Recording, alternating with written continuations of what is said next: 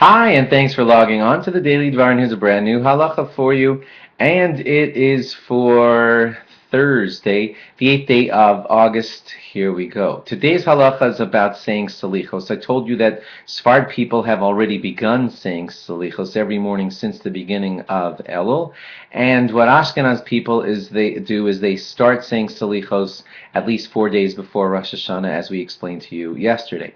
Now, when you say those salichos, it is best to say them in the early morning time. The reason for that is because that's considered an Eis Ratzon, a time when God is very accepting of our prayers, and therefore in the early morning hours, the Ashmoras Haboker as it's called, in those pre-dawn hours or dawn hours, it's wonderful to be praying to God. Fantastic time to say slichos.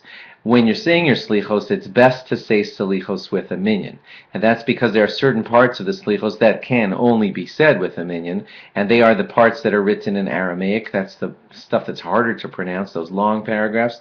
They are often written in Aramaic. That's supposed to be said only together with a minyan. And then there's those special phrases that we say that begin with the words Hashem, Hashem, Kel Rachum, which list the 13 attributes of God, and those also have to be said together with the minyan.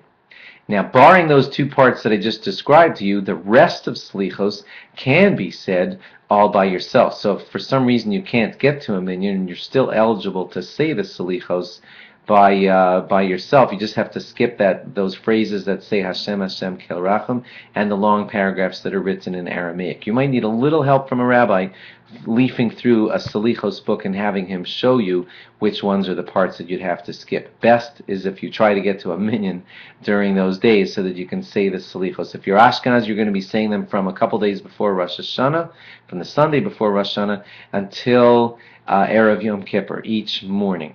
And there's a very long salichos that's said on the day of Erev Rosh Hashanah.